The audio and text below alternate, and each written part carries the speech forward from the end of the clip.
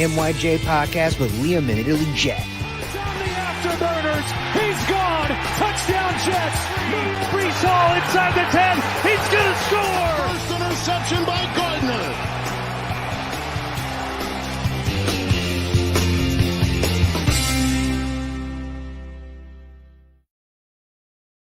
Woo! Back on the show for a second time, Frank, Jet, Green, Santa, West. How are you doing, my friend? All right. How's everybody doing? Doing good. Liam, how you doing, bro? Living the dream, man. Living the dream. There's no place I'd rather be here on a Wednesday night. Super excited for this, man. We got the former Chop champion in the house. We got Italy Jet. What could go wrong? A lot of things could go wrong still. Oh man, Frank, how's everything been going with work? How's everything been going with your family? Is everything well? Everything going well? Yeah. Can't complain. Even if I did, nobody would listen. But things are status quo. You know, it's not football season, so life is a little mundane. But you know, draft is coming up. That should liven things up a little bit, and and football's underway. Absolutely. What's up, Armin? I just want to say what's up to the chat real quick. What's up, Matthias? How you guys all doing? Big show tonight. We got a lot to discuss, a lot of Jets news going on. Never a dull moment with this team. I mean, we all thought that Odell was going to be a Jet until the stupid little birds came in, the little flock, whatever they're called, and took him away. Really no big loss. What are your thoughts on that, Frank? Listen, everybody talks about Odell. Oh, he's a dynamic receiver. You see the catches he makes and everything. Guess what? If you know how to read a defense, you know how to run a play, you don't have to make catches like that. If he was in the right spot where he's supposed to be when the quarterback threw the ball, you don't have to do this one-handed, I'm playing twister, upside down catch. Just be where you're supposed to be. Catch the ball in the numbers. So it's not. Is it fun to watch? Sure. On the highlight reel, I don't want to see that on my team. I want to see my receiver turn, boom, ball's there, go. I don't want to every single time the ball's in the air, your blood pressure's through the roof because you don't know if he's going to come down with it because he's trying to catch it with his pinky and his thumb. What the hell is that? I don't know. Whatever. I don't know. But I think that's crisis averted. We didn't get him. Good for us. Bonus. You'd rather not have him then? Like you're glad Absolutely that he's not here? Not. Yeah, no way. I mean, first of all, we got offensive rookie of the year, Garrett Wilson. All right. We just got Lazard. All right. I think at this, it's a little bit much, but I would have rather had seen them hang on to Elijah Moore. If it came down to, Elijah Moore or Odell, I would have taken Elijah Moore. Okay. Honestly, the guy has amazing catches, but it bothers me. He doesn't run the route. He's not where he's supposed to be. Drives me crazy. That contract is insane too. I definitely wouldn't have felt comfortable giving him up to $18 million. No I think that's insane for a guy coming off of 2 ACL injuries and hasn't played in over a year. That's risky. We did that once before, back in 2012. Who was that? Yeah, Plexico Burress. Burress, yeah. Are you crazy? It screwed the whole team up. We're in a hole for 3 years after. That was the downfall. Yep.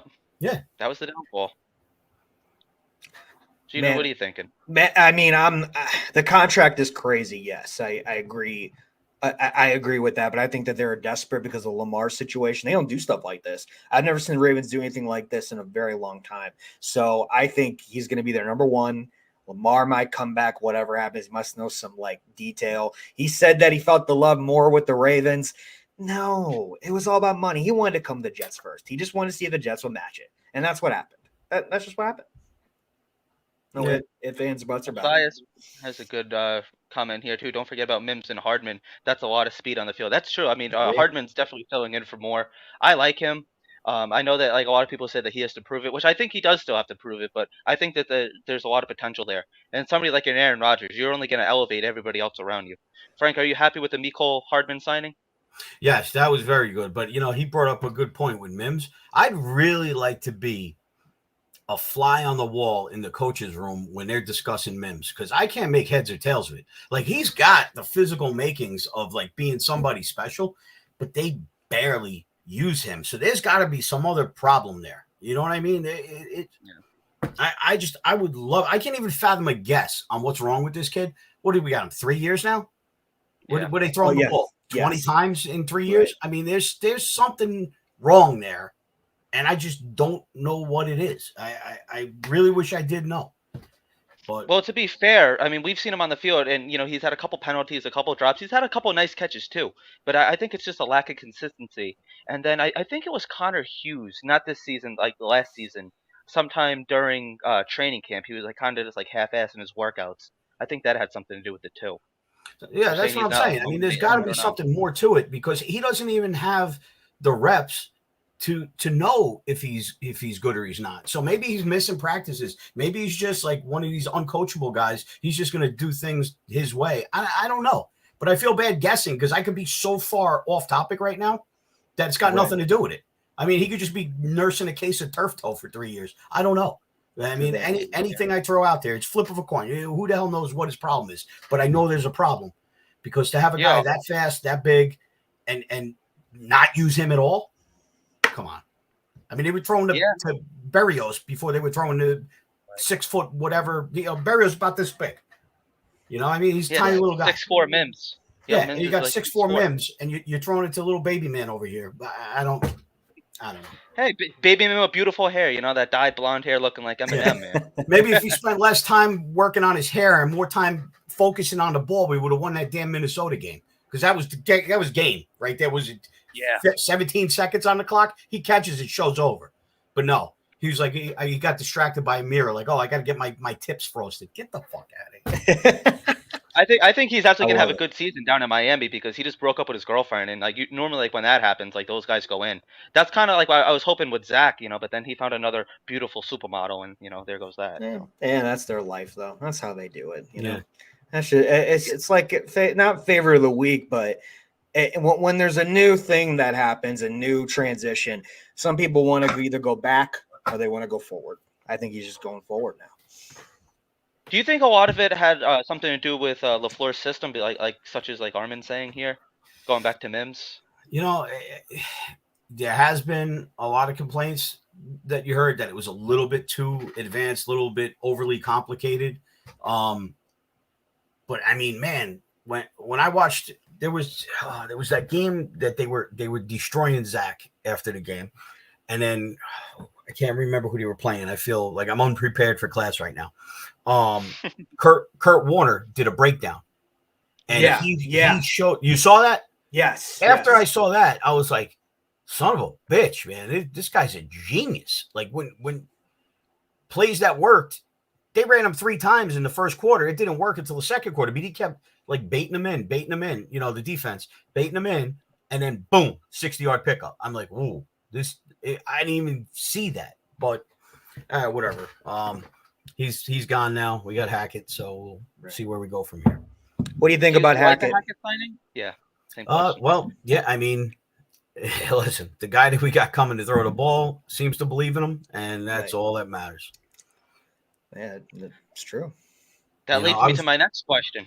Oh, go ahead. I'm sorry. No, I was just in a Twitter space a little while ago, and they had Matt.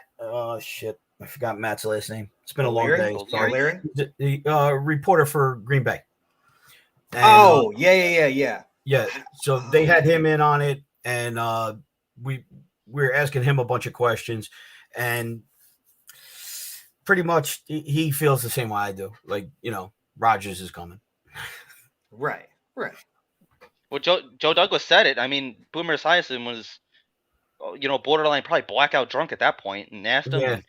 Yeah, I think they were both pretty liquored up, but you know what they say, that's truth serum, Yeah, through that. He's coming. And not only that, I mean, their GM even had an interview. Sorry, not their GM. One of their owners, whoever it is, they have a lot of owners over there, so they're all splitting it. So one of them, the main guy, comes out and says what he wants, but it's still in transition. Even Yahoo came out a few moments ago that now they want like a second rounder now instead of a first round. I'm just like at the point where they need to get something done before the draft, because if this keeps going on, it's going to make the Packers look even worse. Yeah, I think it's going to be a game day decision. I think it's going to happen on draft day. I agree. And again, this is something that came up in the Twitter space a little while ago.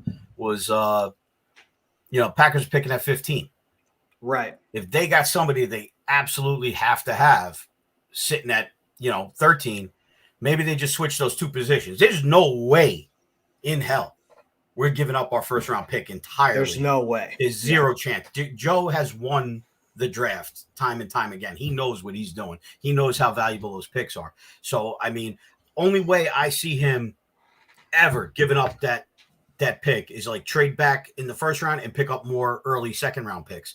Mm-hmm. I don't see the Packers giving up picks to trade back. They're doing the whole Rodgers thing. So you might just see that that switch from 15 to 13. Again, a lot going on today. I wish I could give credit to the guy who came up with that theory. I figured it was going to come down to draft day and the Packers were going to cave and say, all right, we'll take your second pick in the second round or whatever Joe's offering. This is all just conjecture. And then maybe like a conditional, third rounder next year, depending on how he does. But when he brought that up saying, oh man, maybe if it means that much to him to switch out 13 for 15, that could come into play, I agree. Yeah, that'd be a complete steal too. I mean, we're getting Aaron Rodgers for like just moving back 2 picks. I would definitely do that in a heartbeat. Absolutely. Yeah, well, it would probably be more than that, but at the same time, it would be part of that. You know what I mean? It's still making them feel like they won a little bit by getting that position they wanted and not risking somebody else that's shopping for their guy who's sitting at 13. They could, make a deal with us, or they can make a deal with whoever's at 14, or whoever's picking at 14 may want him themselves. Either way, it would just be a way for them to ensure they got their guy once they got down to that position where they could make it happen. So I don't know. I mean, draft day is exciting. We've all seen how I act on draft day. So yeah, and it's in my neck of the woods this year. Well, not necessarily my neck of the woods, but it's the other side of the state. Yeah, 4 hours away. I might go, I might not. I know you might go. I'm going. Whoa. What's his mic? Hold on. Sorry, I meant you're going. My bad. Chill out, Frank. Anyways, I'm I like it. Have you ever been to Kansas City like sports games before at all? I have not, and ironically, that is the reason I'm going. It is as much as it's cool to be in the inner circle for the draft, and I've been fortunate to have been there already. That's enticing. But I'm gonna say if the draft was just about anywhere else, I probably wouldn't have committed like, oh, I'm definitely going. Yeah. Even if it was for inner circle. This is just more about I want to get out there and check out all this barbecue that I've been hearing about my whole life in Kansas City. I love it. And I mean, the furthest I've been into Missouri was just past the river. What's the place that they throw the rolls? Was it Lambert's? I think? That's Lambert's and Branson. Right. Branson, Missouri. Right. So, but I think Branson's a little further west. I don't think that's this is 4 or 5 hours. Yeah. There's one right across the river from Kentucky because my father was from Metropolis. That was Illinois, but Paducah originally. And I used to go out to visit them for the summers, and we'd go right where the Mississippi and the Ohio meet. You go right across the river there, and there's that place they whip the rolls around while you're sitting there. And, they throw them to the table. I think it's Lambert's. It's the name of it. They just might have more than one location. They do. They do have more than one location. I've been going there since I was a kid, and I would go to the one in Branson. So long and the short of it is, the furthest I've been into Missouri is maybe 10 miles from the Mississippi River. Gotcha. So I've never been that far out. And Kentucky barbecue is a hell of a lot different than Illinois barbecue, and it's certainly different from Missouri barbecue. So I really like. I don't know. People might think that Gotham City Crew like hypes ourselves up or whatever, but we mean what we say. Like I put work into this, like to make sure that the people's game day experience is like next level. I go to places that I probably wouldn't normally go just because I heard they had something unique or some kind of special food that they're serving, just to give it a shot to see if I could bring any of that back to people that can't make the trip. You know what I mean? We got so many people with little kids that can't just take a weekend and skip out to a football game or whatever. If I could bring that little bit back to them and put my twist on it. So that's the big excitement for me about the draft is going to check out a bunch of barbecue spots in Kansas City, and Louis will be coming with me. Oh, Louis. So Yeah. It's what's up? You won't be disappointed. That's one of my favorite barbecues. It's one of my favorite places to go for barbecue in Kansas City. They always have really great sports scene. I have a lot of friends that live there, and I really think you won't be disappointed. I know I've been hyping it up a lot. I'm gonna give you a homework assignment. I know we're getting off topic here a little bit, although give me homework assignment. I think when we talk football, tailgating is a major component. So why don't you make me a list of like your 5 or 10 favorite places for like lunch for barbecue, and then maybe like 5 or 10 favorite places that you would go for like dinner, for like a sit down dinner. You know what I mean? Like, it could be a roadside where I'm going to stand up and just eat right out of my car, like lunch. Or it could be I'm going to sit down and sit at a table and they're going to serve me. Give me a list of those places, and we'll probably put a couple surveys out to the world, on Gotham City's social, and see what other people. I'm giving you first crack at it, seeing how you want to run that trap and tell me how you know the spots. Well, I'm gonna put the pressure. Pressure's on. Hey, put the pressure. I'm in it. I'm ready. All right, Liam. All right, we have a couple questions here. Sticking with the tailgating, Vinny in the Jets, our good friend Vinny, says, "Hey Frank, how often do you have Nick Mangold at your tailgate? I would love to meet him." It's dicey. Like, I consider Nick a friend, or at the very least an acquaintance. We always have a good time when we're out together, be it at a Jets function or if we just happen to meet up in real life someplace. I can't make any guarantees on when he's going to come, but it's usually at least once or twice a season. Like, there were times when I had him out maybe like 3-4 times. But you never can tell, because like last year he was hung 3 games. There was no chance of seeing Nick because it was the Ring of Honor games where he was getting inducted. Revis was getting inducted, and was it Brick also was getting inducted. Yeah. And they all played together. They were all friends. So they each made their counterparts' induction ceremonies being part of being on the field. So that was 3 games that took him off the table. He had a couple of other things that once you're in the Ring of Honor that he's now committed to, like when they pull out legends and stuff like that. So we really only had a handful of games to choose from. So he made it a point to come out, because he knows week 1 Gotham City Crew tailgate I don't even know why they play a game. Everybody should just come to the tailgate, and that's that. But it's crazy. It's off the chain. So Nick came out for that, and as you've seen it, he liked what he had. Our good friend GVH says, "Do you think Aaron Rodgers' quarterback intelligence allows us to bypass offensive line in the first round? I'm thinking we still need tackle to replace Brown and challenge Becton/Mitchell, but how about we go all in with JSN?" I don't know. That's a little dicey. I mean, if Paris Johnson or just what the hell's his name? Peter Skoronsky, how you pronounce it? Skoronsky.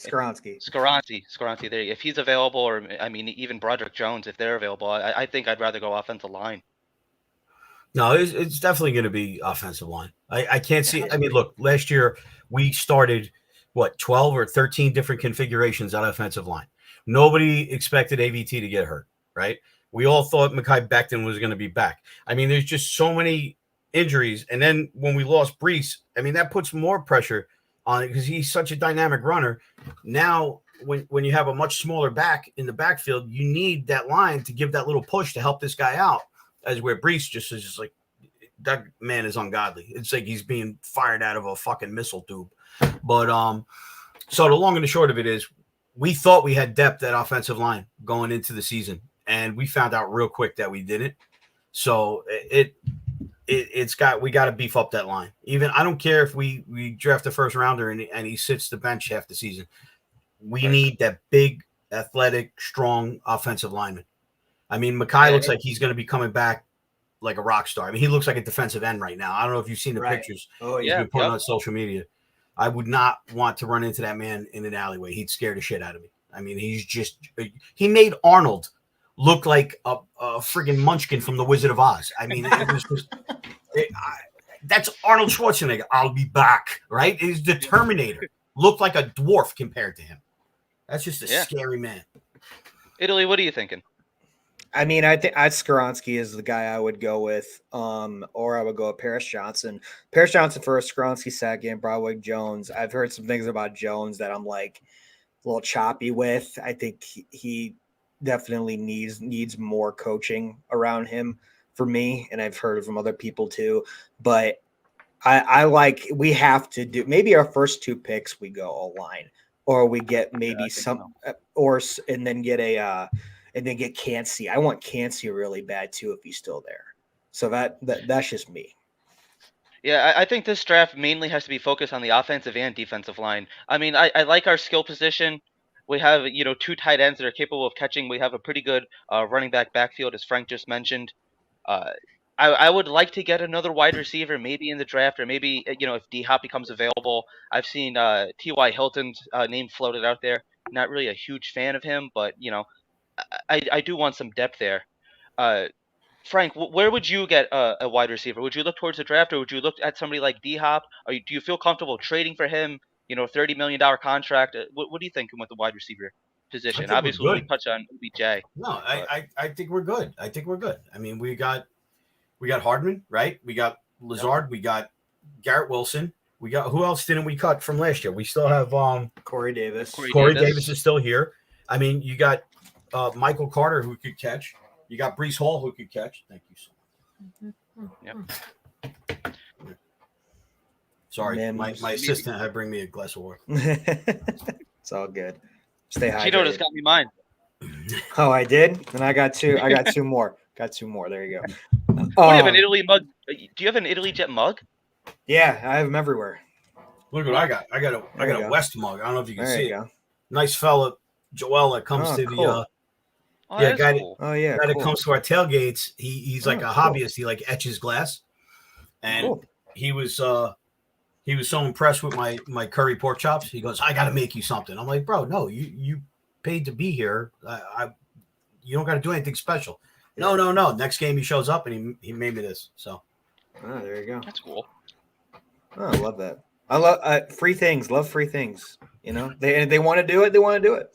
Yeah, I tell you, it makes me happy to see that. Like, people don't realize how much work you put into putting it together a tailgate the size of Gotham City Crew, and it's worth it. Not for the mug, but the thought that went into him making the mug, the actual time he took out of his day to do something like this for me, just because he felt like he owed me something because we showed him a good time. You know what I mean? So it just shows me that it's not for nothing, because that 4-hour tailgate party is actually 4 days for us. I'm shopping to buy the stuff, a day of prepping.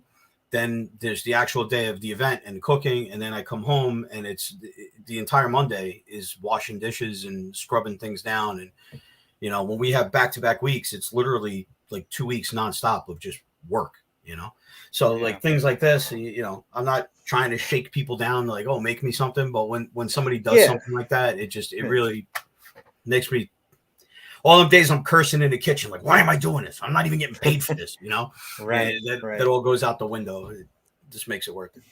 Hey. Yeah, man. Like you are like definitely the heart and soul of Jets tailgating, 100%. Thank you. Do you have any like favorite memories at like one specific tailgate that really stands out to you, or like something like that? Not a good one. I got one bad one that really doesn't sit well with me. Okay. And it was my son's first Jet game. And I was just so excited because at this point I was divorced. My son was small. I got divorced. He was only 3 years old. Okay. Four years old. So his first Jet game was my first football season being divorced.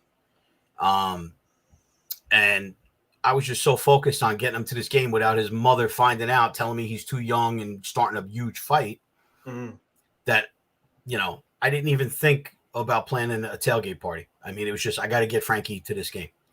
And I can still remember walking in to that stadium and him just looking around in awe at all of the people. He's never seen that many people in his life. I mean, he's 5 years old. It was literally his 5th birthday.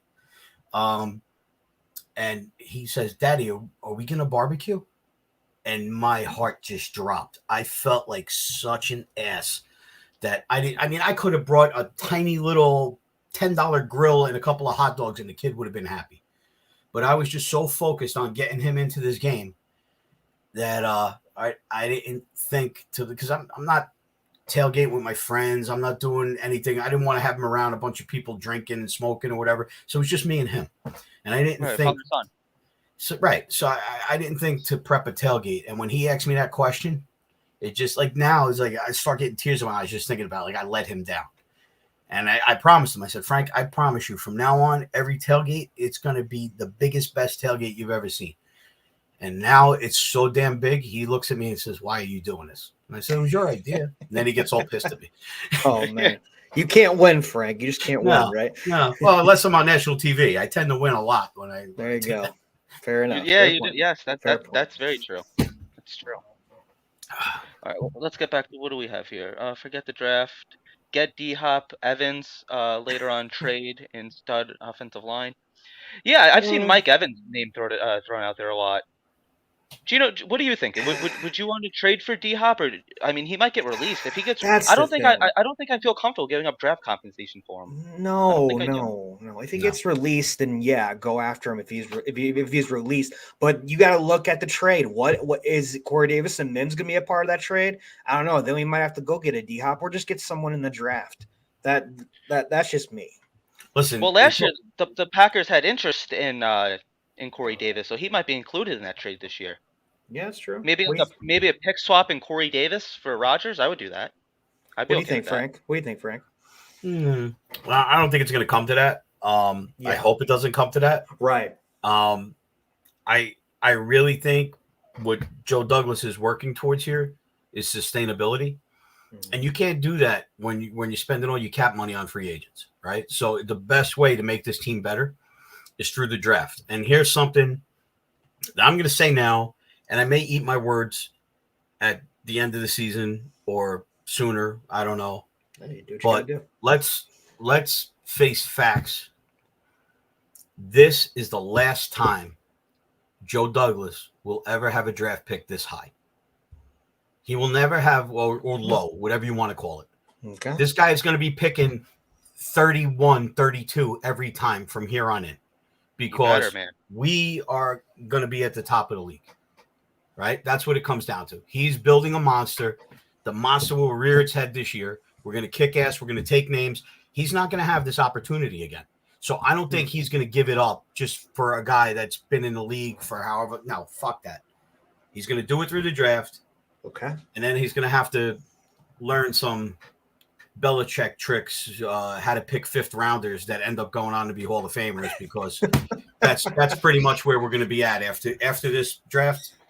It's like I may never have another chance to be at the inner circle again. The Jets might not have a pick that's even worth going to watch. That's very true, man. That's very true. I like that. I actually like that. Now that I'm thinking about it, that might, yeah. And he's got to pay people too. Eventually, in 2 years, he's going to pay some guys as well. And you got to pay Quinn first and foremost. Right, but look at the smart moves he's making. Like I like Elijah Moore, right? But he was going to be coming up on a contract next year. That's true, right? And you can't afford to just pay everybody at once. Mm-hmm. So of the people that are going to be due payment, he was probably the least gifted of all of them. I'm not saying he's not gifted, but of everybody else that he's going to have to pay, that's the one you got to cut or trade away. So I mean, this guy is smart. I'm sorry, Joe is just doing it by the numbers. You know, it seems almost like his every move he makes is like super calculated. He's playing chess as where previous GMs were playing checkers. I know that's a little cliche to say, but they always went for that sexy pick. You know, that Jamal Adams, you know, they always go for that, you know, Darren Lee, you know, they're always that one that jumps off the paper at you. This guy's filling his holes, but still getting like extreme talent and extreme value at the pick that he's picking at. I mean, Garrett Wilson, where'd you get him at? 10? He should have been gone in the top 5. Yeah, you know, you're 7, right. Yeah, even top 7. Yeah. So he's getting value. And then what about that magic act he pulled for Jermaine Johnson? Oh, I know. And then like people think, like, oh, he didn't do that much.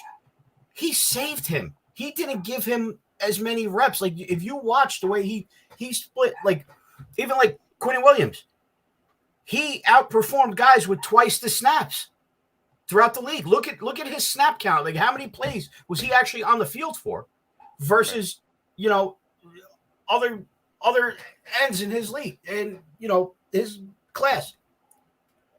Oh yeah, no, yeah, you're absolutely right.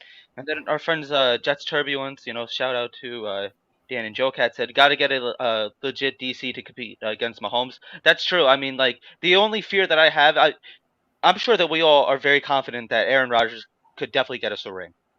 Do you think that we have the coaching staff in place to compete against like a Zach Taylor, to compete against an Andy Reid? What are you thinking? Yes. It's simple. Yeah. It's one word. Yes. Everything is in place. The only thing we don't even need a Hall of Fame caliber quarterback right now. We need a game manager, right? What we have, top 5 defense last year, top 6, whatever the hell we ranked. Top 5, top 3, top 5. What was the time? What was the time of possession last year? I think it was on the order of like 41 or 42 minutes to like 18. Like we literally, our defense was out there the whole time. These guys put in a tremendous amount of work and still kept our opponents under 18 points a game, 19, whatever the average was. I mean, that's sickening. Now you give us a game manager, somebody that could go out there and just have sustained drives. Just give us a 50-50 split, 30 minutes, 30 minutes. Yeah. And you watch this defense just explode. If you get somebody that can do it beyond that and give us the 40-20 split our favor, they'll be lucky to put up 10 points a game against us, whoever the hell we're playing. Right. No, we smacked Josh Allen in the mouth. Oh, the mighty Josh Allen. Where Buffalo's going to the Super Bowl. Assholes eating a wing on stage. Get the hell out of here. We knocked their block off when they played at JetLife Stadium. They didn't know what hit. Oh, no, yeah, you're absolutely right. I mean, I have a couple. I'm a little concerned about Saleh. I like Saleh. I want Saleh to stick around, but like his time management was atrocious last year. Like, there's definitely room for improvement. I think that Aaron Rodgers is going to help out this entire team, especially the coaching staff, because it just takes so much pressure off of the coaching staff. Aaron Rodgers is almost like Peyton Manning. Like he's his own coach. Like you don't need to even like focus on him. Same thing with Peyton Manning. He called all of his own plays. You're pretty much getting a coach and the offensive coordinator in one. And then not only that, you're getting about Peyton Manning though. I'm still pissed at Peyton Manning, so let's not talk about him. Because he's the one that sold us the false bill of goods on Adam Gase. Yeah. Son of a bitch bastard. And I got that right from the horse's mouth. Yeah, but he did give us Joe Douglas, though. Yeah, only one thing. Only one thing. That's the only one thing. That's it. Everything else, I agree. I have so much respect for Peyton too, and it's just like he just fucks the Jets any chance he gets. I don't understand it. We never did anything to this guy. And he just that's what being the worst the worst franchise in sports is though. Like you're the punching bag. It's time that we start turning this around. We're getting like legit. I never want to hear that crazy talk come out of his mouth ever again. You shut his mic off if he says we're worst franchise in sports. If I ever hear that shit again, you cut his mic. All right, my big that's computer. Crazy. Like I want him drug tested immediately. Worst franchise in sports.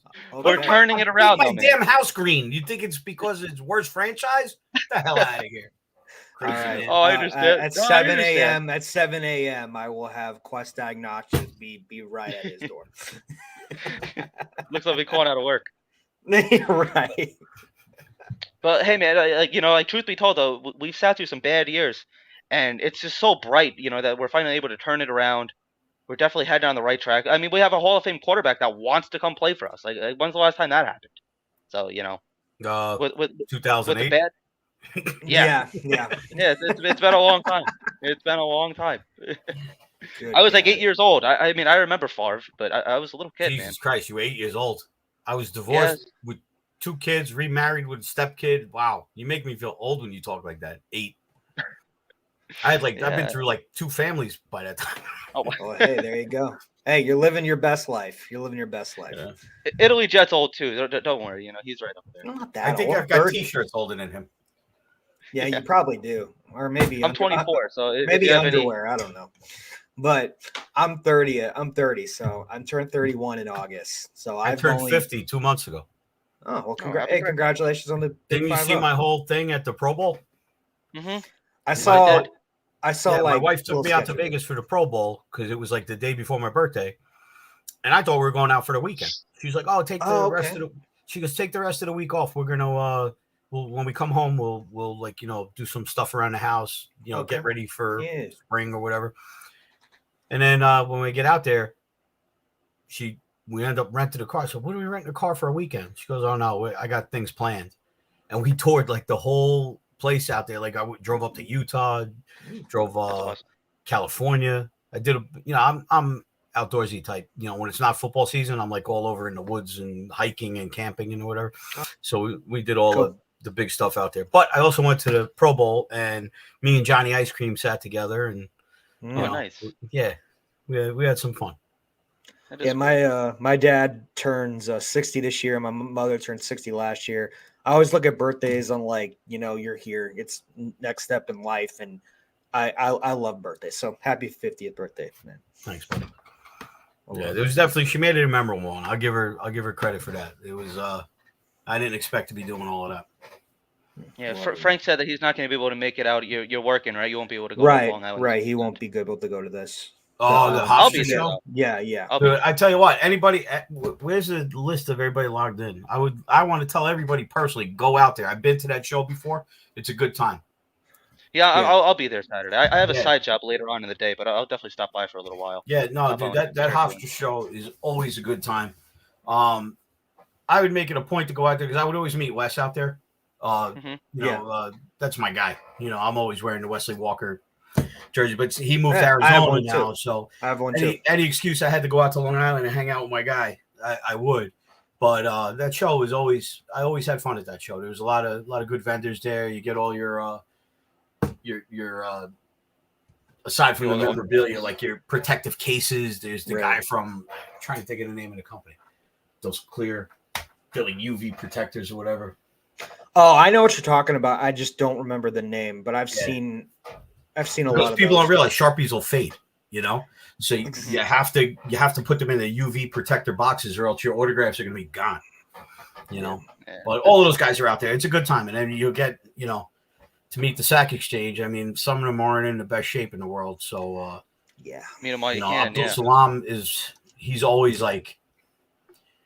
touch and go. I'm always afraid he's going to cancel. He's got back problems, his knees, everything. And then Gastineau, forget it. Gastineau is like, he's got a lot of things going on. Yeah, he's up here. Yeah. He's like on autopilot when he's signing autographs. Like other guys will like talk to you a little bit. Like Marty Lyons will talk to you. Klecko will talk to you.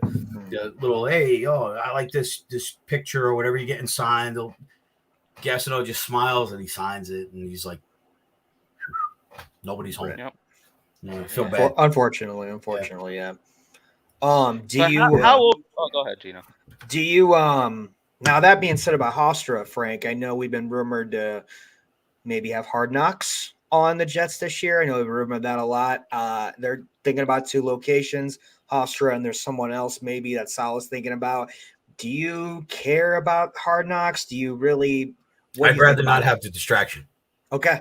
I agree with that. Because honestly, I think, and I know people assume I drank the Kool-Aid, and I'll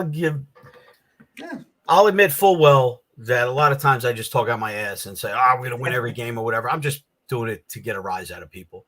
Hey. But I honestly believe we've got a team that could win the division, if not secure home field playoff games and go the distance. I really think it's there. I mean, I think we would have made the playoffs last year if we just didn't get pounded with injuries. The offensive line being the biggest, because I mean, look what they did to poor Mike White. I wish that man nothing but success, with the rest of his career, because he stood in there like a trooper. He got folded in half. They broke bones on that guy, and they broke like three ribs on that hit, and they told him, you had 2 more from like last week. They already started to heal. I mean, you can't win games like that, and it all came down to losing that offensive line. So I think we had what we needed to do a deep playoff run last year, but unfortunately the injuries beat us up. I think this year everybody coming back, the new additions, the smart moves that Big Daddy Joe made. I can't see us not going deep into the playoffs. I believe it. Yeah. Yeah. You're absolutely right. And drink all the Kool-Aid, man. I mean, we've been drinking nothing but piss for the last 10 years. Drink some Kool-Aid. Enjoy it. We're seriously, we're on the brink of something special, and I truly believe that. I feel like we were sitting here at the same time last year saying the same thing, and it kind of worked out. I mean, rookie of the year, offensive and defensive. We have a ton of talent. Brees Hall, if he didn't get hurt, he was a candidate of, for rookie of the year. The talent's there, man. Oh, he won it. He would have beat Garrett Wilson. But yeah, I mean, you're talking to a guy that for years after, I'm going to say probably until 2000, maybe 98, 99, I don't know. But I still argued that the coat-tight Jets were one of the best teams in the league, and we were 1-15. So you can't always trust what I say. My argument is convincing. I'm not going to waste everybody's time with it. But, I mean, I just throw it out there. 11 of the 15 losses, we had leads of a touchdown or better at halftime. Come on. That was all coaching. The team was there. We were one of the best teams in the league. That guy just fucked it all up. But move on. All right, I'm not going to go down that rabbit hole. I got receipts because I'm in St. Louis, Missouri. I got receipts on everybody. I'm in the middle of the United States. Lots of people coming at me with all different teams and different things. So when it happens, I'm going to do this. Ring me. Just ring me. Gino Sala. I got one around here somewhere. Hold on. Yeah. I have a Lombardi trophy of when they won with Namath as well in the other room. I can't go get it right now, but I love it. Ah, there you go. Ooh. It's heavy as hell too. Look at that. Ooh. Oh, yeah, that's nice. That's not Randy Jackson's autograph. Yeah. All right. That's the man. That's Joe Namath. Broadway Joe. Oh my gosh. I love that. It's not Randy Jackson. It's not Randy Jackson. It is good. I love that. That thing weighs 20 pounds. Yeah, those things can get really a little work heavy. out there, yeah. Yeah, I was going to get the Super Bowl ring, but I don't know. I don't know where I put it. I used to have a replica one that just sits out and just, display. But I wanted one that I can actually wear, so I got a new one. Yeah, I actually bid on a real one. My wife went fucking crazy. Oh, okay. It was, Heritage Auctions was auctioning it off. Okay. And when I got in on the bidding, it was only about $5,000. Okay. And I said, no, there's no way this goes more than $10,000. I'm in. I'm getting this. I'm gonna $10,000. And it was a lot easier to do back then because my kids were small. I didn't have to pay for them to go to college yet. So it's a good thing I didn't win because we would have a problem right now. But but when it goes to $10,000, some jackass thinks he's gonna drop his wallet on me, and he goes immediately to 15. So I said, you know what? I'm gonna go to $20,000. Boom, $20,000. And now she starts screaming, flipping out that's $20,000. That's not $2,000. I'm like, yeah, I don't care. I'm getting this ring. She ripped the wires out of the computer when it got to I think it was at 32,000. Like I wasn't going higher than 10, then I wasn't going higher than 20, then I wasn't going higher than 30. When it got to 32, she pulled it out. I ended up following up the next day and looking at what it went for was $68,000. So there was no chance I was going to get it. But another guy I'm in the Jet Fan Hall of Fame with, Jay Pomerantz, he has one of the largest Jet memorabilia collections. It's certainly the most valuable. I don't know if it's the largest. I got 100,000 autographs here. Not worth shit, but they just mean something to me. Right. But Jay has 4 of the original 53 rings. There was only 53 rings made, 54 maybe. It was a very small number of Super Bowl rings were made for the team and for the coaches and a couple of the front office staff. He owns 4 of them. Oh, wow. Yeah. And if you've ever been to Atlantic Health and you see a little display they have when you walk in, there's a Mathis jersey and there's the football that won Super Bowl III. And that's all belongs to Jay Pomerantz. If you look close, it says, property of Jay Pomerantz on loan to the Johnson family or whatever. But yeah, I've never been there. Stuff. So I told him, well, it's off.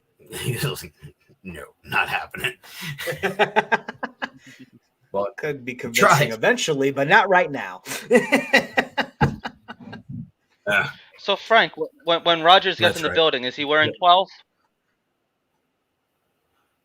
No, I don't think so either. Yeah, no. I agree. No, Joe said he could, but I think he respects the seniority, the heritage. I mean, this is a guy that wants to see his 12 retired in Green Bay at some point.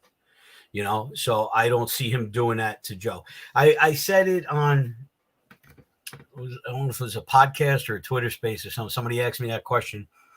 And I said, if I were him, I would do like Joe Girardi did. Remember when he wear 28? Because he was, when he took over for the Yankees, he was going to be the 28th World Series championship back to the Bronx.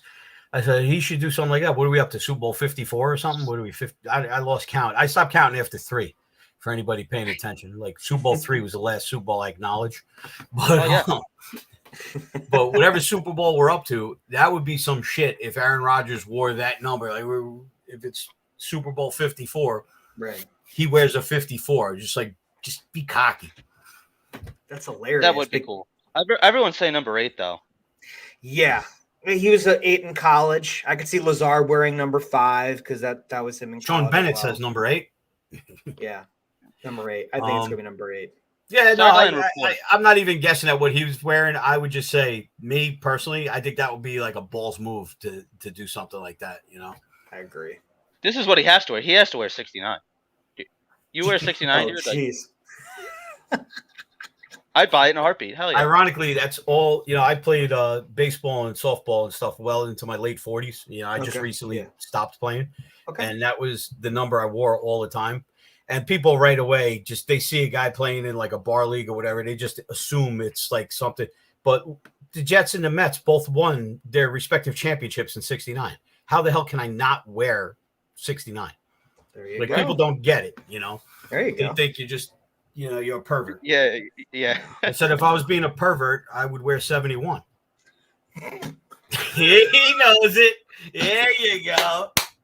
I'm not gonna say it. This is a family show, but no, it's not. No, it's not. But we know where you're going with that. Yeah. I mean, Thank you for that, Frank. Thank you for that. Yeah. That was good. That was good. They're already selling bootleg Rodgers jerseys with 12. It's just, I still see it's going to happen. I really don't. It's not going to happen. If it does, I would be really shocked, and I would kind of ask questions about Rodgers' character because of it, because he loves tradition. He loves they're retired, and Frank has a great argument for that. The Packers are going to retire his 12 jersey. Like they've already said that many times. So I respect it, man. What's up, JR? Good friend JR, check it in. What's going on? Frank, is there any other free agents that you want on the Jets? Could be offense or defensive wise. Nope. And anyone in the draft that you really, really want? No, I liked what I was reading about that O tackle out of Georgia, but then he just caught a DWI. So I don't know if he's got some other issues going on. I mean, how dumb can you be? But at this point, I'm feeling cocky. I mean, you give me Aaron Rodgers and I'll take a Pepsi. That's it. I'm done. I don't need anything else. I would say maybe just pick up some scraps just for insurance, like after the draft, go through the undrafted college free agents, maybe see who's available in free agency and for league minimum or something like that. You know what I mean? Just insurance policies. I think we're pretty well stacked. I think we're in a good position. Do you think that Quan comes back? Do you think they will re-sign Quan? Yeah, I think they will. He's going to want a bigger contract. I mean, like, what would we get him for $1 million last year? Yeah. Yeah. I mean, they might give him a little bit more. I don't know how much, but and I think guys in his position are going to want to come back because they're probably feeling the same way I'm feeling. Like, this is it. You got a chance right here. Jump on the fucking jet and, get yourself a ring. So So sticking to the defense for a little bit, we had the addition of Chuck Clark at safety. Do you feel comfortable with our safety position? Because honestly, I thought last year, I honestly thought that they were a liability. Yes. You can't run it back with Whitehead and Joyner. I don't think you can. You don't know how many times last year I said, why couldn't we have May and Adams with the rest of this team around them? We would be unstoppable. You know, when you had that duo, and I mean, we later found out that it was Marcus May was the brains of the operation. I mean, you know, Jamal Adams was all flashy and like he got the press coverage, but really he didn't do shit when he got up to Seattle. Yeah, give me a Pepsi. He liked that one. I love it. Yeah. So yeah, but still, that was the best tandem I'd ever seen us have at safety. You know, with those two guys, we've had awesome safeties in the past.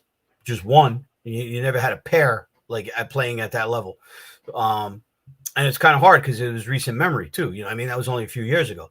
So when you go from that to what we have now, and yeah, I think you said it best. It was pretty much a liability. How many times did we get eaten with a slot receiver right over the middle? Just boom, boom, boom.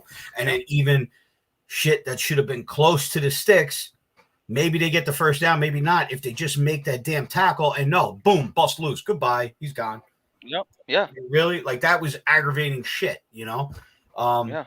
So yeah, I mean, we could beef up the safety spot a little bit, but I think again, a lot of their underwhelming play that we saw, a lot has to do with them just being exhausted, being out there for 3/4 of the game.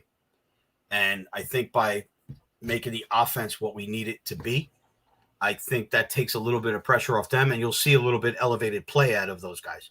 So, you know, can we beef? You know, if there was one spot, I mean, I'd like to see one of our homegrown, you know, just become like a monster edge rusher out of nowhere. Like all of a sudden he's, you know, just blowing shit up. I'd like to see that. But Clemens I think or Johnson, that'd be great. If there's, but I think if there's an area we did need improvement, it's definitely over the middle there. You know, maybe somebody to help out CJ, because I know he's getting up there now. He's got to be.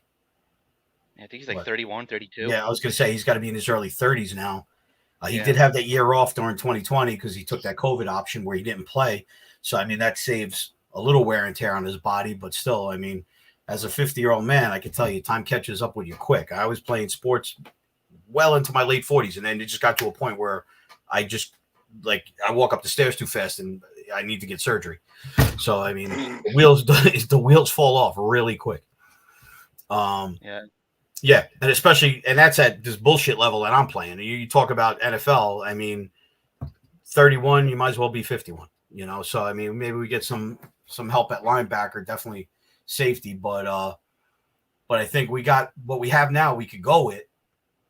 But if you're telling me, oh, you got these picks, you've got this money to spend, what do you do? I think that's what I do with it. I agree. What kind of contract would you be willing to give Quinn Williams? If you were Joe Douglas, what would you offer? I mean, if I'm Joe Douglas, I would sit down with him and tell him straight up, dude, I want to give you everything you want. But I also want this team to win not only this Super Bowl, multiple. And in order for me to keep everybody here, we got to be realistic. So what do they do with that when they franchise it? What do? They take the average of everybody in the league at your position, like what they're making, or the top 10 or whatever they do. Right. I would maybe do that and throw 10% on it. And that's where we'd be at. You know what I mean? Like that's what sucks when you got these assholes that get these crazy, insane contracts out of nowhere. That kind of fucks up the easy formula on what a player is worth, you know? I mean, wait, what was the big jackass quarterback? Watson. Deshaun Watson. What was the payment? It was heavy. I don't remember exactly what it was. Heavy. All I know is I remember all of it was it was like it was all guaranteed money. The whole contract was like guaranteed money. Right. Yeah. Well, when Mahomes got paid a few years ago, it was like $400 million or whatever. Right. Yeah, it was $500 million. Yep. Right. And everybody was like, "Oh man, I can't believe they paid him this much money." And now that guy just coming off a Super Bowl victory. He's arguably the best quarterback in the league, and that's what he got. Now you got like regular fucking middle of the road quarterbacks making that money. What the hell's going on here? Yeah, Lamar Jackson. He's asking for a crazy contract. Oh, he's going to bankrupt some team. Like when I heard Jackass Jet fans talking about, oh, we got to get Lamar. Shut your damn mouth. If the wrong person hears that and it becomes real, we're done. We're absolutely done. Because he's just going to, it will destroy us. You wouldn't be able to pay the fucking crossing guards in front of the stadium. Never mind the guys playing on the field. And absolutely right. If he gets injured too, you got to remember what's his $230 million? Who's that? Well, I think that was Watson's. Yeah, he's talking about Watson. Yeah, what was that? What was that for? Like 5 years or something? Yeah, I think it's a 5-year deal. Yeah. So I mean, do you have that yet? He will. You have that? Yeah, I'm looking it up. Watson. Yeah, it's 230 guaranteed, fully guaranteed. 230. How many years? The years. Come on. As we stand by for our commercial break. 5 years. 5 years. 5 years. That's what I thought. So that's like 43 million a year? Am I doing the math right? 46 million a year. I think 43 was what Mahomes got. This guy got 46. Mahomes got 43. What really? What's going on here? I know. And I know they're going to reconstruct screws up the whole eventually. Market. Oh yeah, they're going to have to. Yeah. Otherwise, the Browns are going to be out of the NFL again. 30. He got 30. He got over 39 for that. Well, Mahomes. It's ridiculous. That's ridiculous. Absolutely ridiculous. 10-year contract though. It's a 10-year contract. He will be a free agent in 2032. Mahomes, 10-year contract. But then, then he'll be coming to the Jets, and we'll be right back in the same situation, getting ready to win the Super Bowl. Didn't he buy the Royals or something?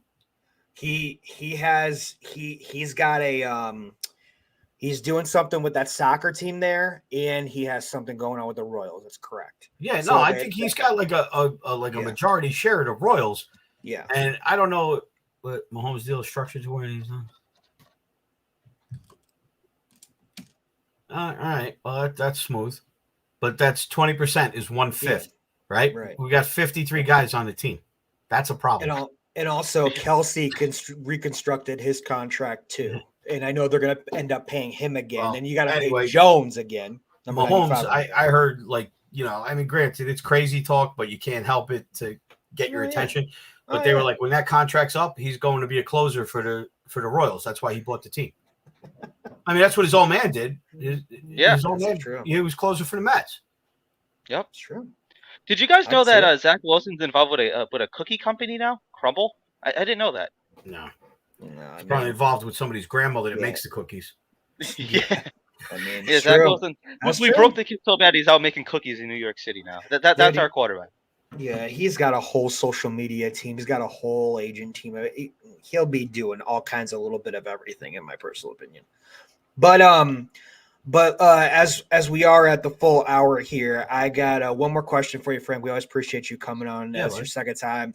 Second time's a charm, because last time my audio and Wi-Fi were crap, and now it's better now. I can finally say that. You were in a bunker last time. I was. It looked ran down in a basement. It was like a tornado was coming or something. Yeah, he was in his neighbor's basement. That's what happens when you live in Missouri, you know. Something like that. Frank, is there anything new coming up, not only with you but with Gotham City? A little too soon to talk on it. Okay. We're trying to put together a draft party, but it's going to be difficult because Claudio and his wife had plans to, they're going out of the country for a week or so, and it happens to be during draft week. Lou and I would normally just be pulling down the draft party at the stadium, but being that we have this opportunity to go in a circle out in Kansas City, we're going to do that. So a couple of our other guys that they don't get as much attention as Lou, Claudio, myself, Hector, and Vinny, and like there's a whole bunch of guys that make it happen. I mean, we're the face of it. We're the main organizers, but there's a lot of people involved. So gonna reach out to some of these guys, and hopefully they can put on a little something for the people that support us all during the season. We will be going out to Canton. I mean, I go out there every year for the charity organization that I'm part of. Right. But this year with the Jets having the Hall of Fame game, and we got 2 guys going in, Klecko and Revis.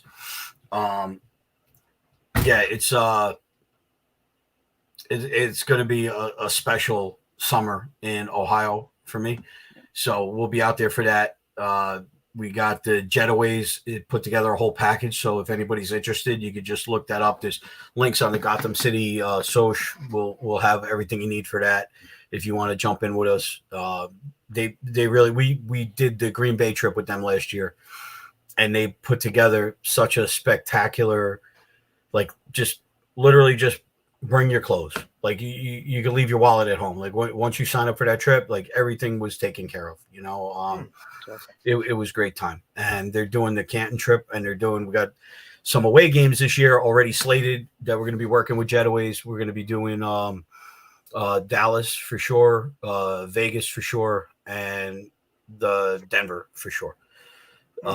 We'll probably, between the 3 of us, we're probably going to hit every away game. I mean, last year we missed one.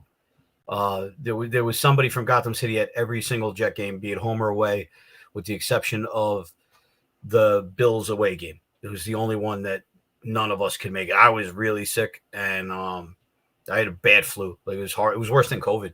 I was down for like almost a month. I had to cancel my trip to Miami and everything. Claudio had Nikki, Claudio's wife, had just had the baby.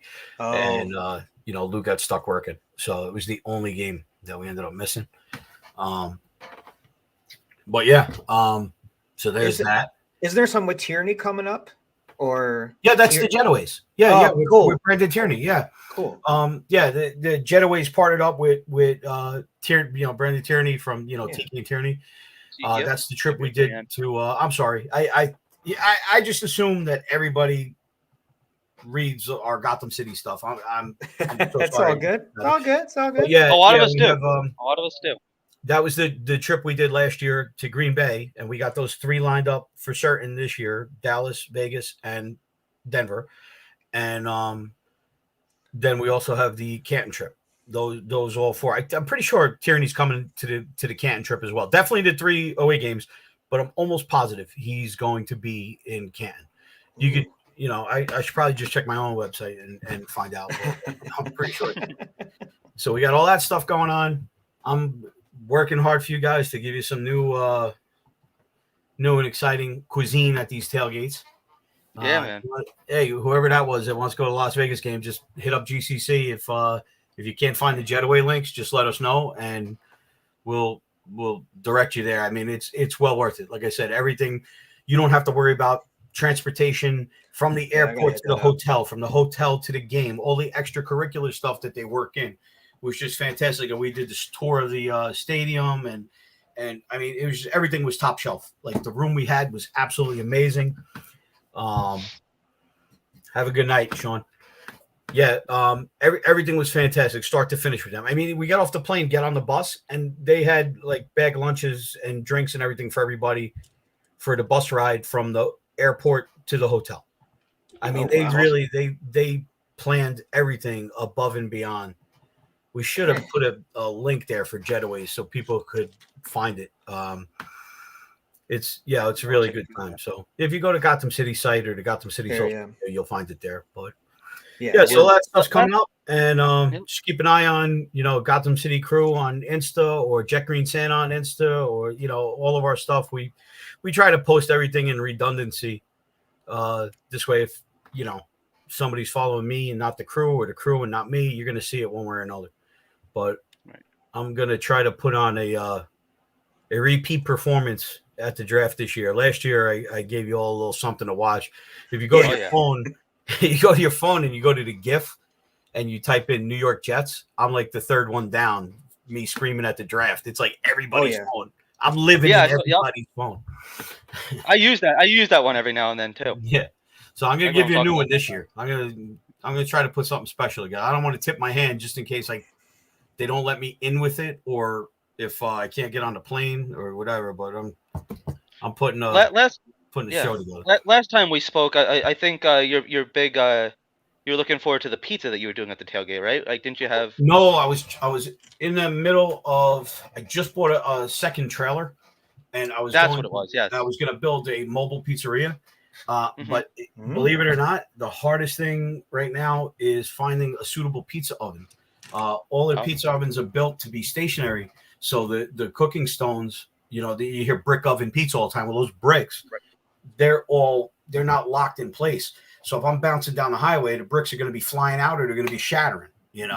I was experimenting with. I have a friend that has one. We put it in the back of a pickup. We weighted the bricks down with just stuff I would have at a tailgate, and just tried driving with it in a pickup, and it still was like it was a little sketchy, because like as much as I want to have a good time, I don't need something flying off my trailer and causing an accident on the road behind me. I don't want anybody ever getting hurt because I want to have a tailgate.